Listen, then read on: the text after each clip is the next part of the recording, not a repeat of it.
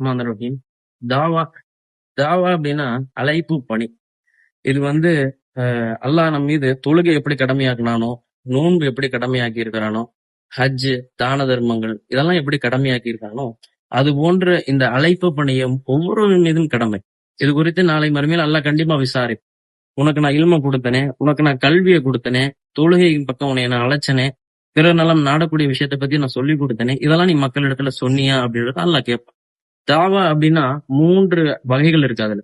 3 சிறப்பம்சங்கள் இருக்கு. முதல் நோக்கம், தாவாவுடைய முதல் நோக்கம் என்னன்னு கேட்டீங்கன்னா, நம்மை நாம் அல்லாஹ்விடத்துல இருந்து காப்பாத்திக்கணும். எப்படின்னா, அல்லாஹ் நாளைக்கு நம்மளை கேள்வி கேட்பான். அதுல இருந்து நம்மள முதல்ல தப்பிக்கணும். அதுக்கு நம்ம தாவா செய்ய அதுதான் முதல். இது குறித்து நபிகள் நாயகம் ஸல்லல்லாஹு அலைஹி வஸல்லம் அவருடைய இறுதி பேருரையை பத்தி பாத்தீங்கன்னா, ஹல் பல்லக்த, மக்களே உங்களிடத்துல நான் எல்லாத்தையுமே எத்தி வைத்து விட்டேனா? நஅம் பல்லக்து, நீங்கள் எல்லாமே எத்தி விட்டீர்கள் நபிகள் நாயகமே. நபிகள் நாயகம் ஸல்லல்லாஹு அலைஹி வஸல்லம் சொல்லுவாருங்க, அல்லாஹும் அஷ்ஹத், அல்லாஹும்ம அஷ்ஹத், அல்லாஹும்ம அஷ்ஹத்னு 3 முறை சொல்லி, யா அல்லாஹ் இதற்கு நீதான் சாட்சி அப்படின்னு சொல்லுவோம். ஏன் இதை நபிகள் நாயகம் சொல்லணும் அப்படின்னு கேட்டீங்கன்னா, நாளை மறுமையில் அல்லாஹ்வுடைய கேள்வி கணக்குல இருந்து அவர் தப்ப வேண்டும். இரண்டாவது பாத்தீங்கன்னா சீர்திருத்தம். சீர்திருத்தத்தின் மூலம் ஒரு அழிவிலிருந்து அல்லாஹ் நம்மளை காப்பாற்றும். பனு இஸ்ரவேல் சமுதாயத்தினுடைய வரலாறு எல்லாத்துக்குமே தெரியும்.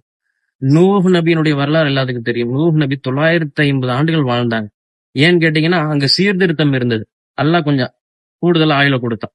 அதுபோன்று எங்க சீர்திருத்தம் இருக்கோ, எங்க அல்லாஹ்வுடைய நன்மை ஏவி தீமையை தடுக்கக்கூடிய விஷயங்கள் நடக்குதோ, அந்த இடத்துல அல்லாஹ் என்ன பண்ணுவானா, இன்னும் கொஞ்சம் நீட்டிச்சு கொடுப்பான். சரி விடுப்பா, அவங்க சீர்திருத்தம் நடக்குது விட, இப்போதைக்கு எதுவும் பண்ண வேணாம், அழிவை கொடுக்க வேணாம். எங்க சீர்திருத்தம் இல்லையோ அங்க நிச்சயமாக அல்லாஹ்வுடைய அழிவும் அல்லாஹ்வுடைய சோதனையும் அங்க இருக்கும்.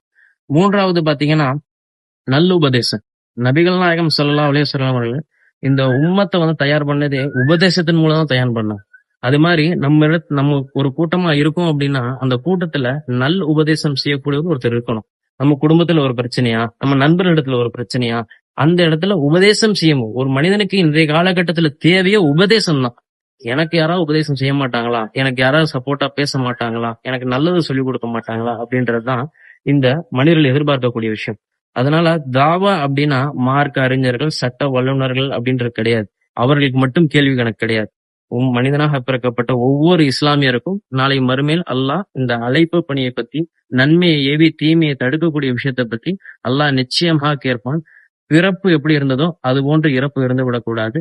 பிறப்போம், கல்வி கற்போம், செயல்படுத்துவோம், நன்மையை ஏவுவோம், தீமையை தடுப்போம், சொர்க்கத்தில் உயர்ந்த சுரமான ஜன்னத்துல் ஃபிர்தௌஸை அடைவோம்.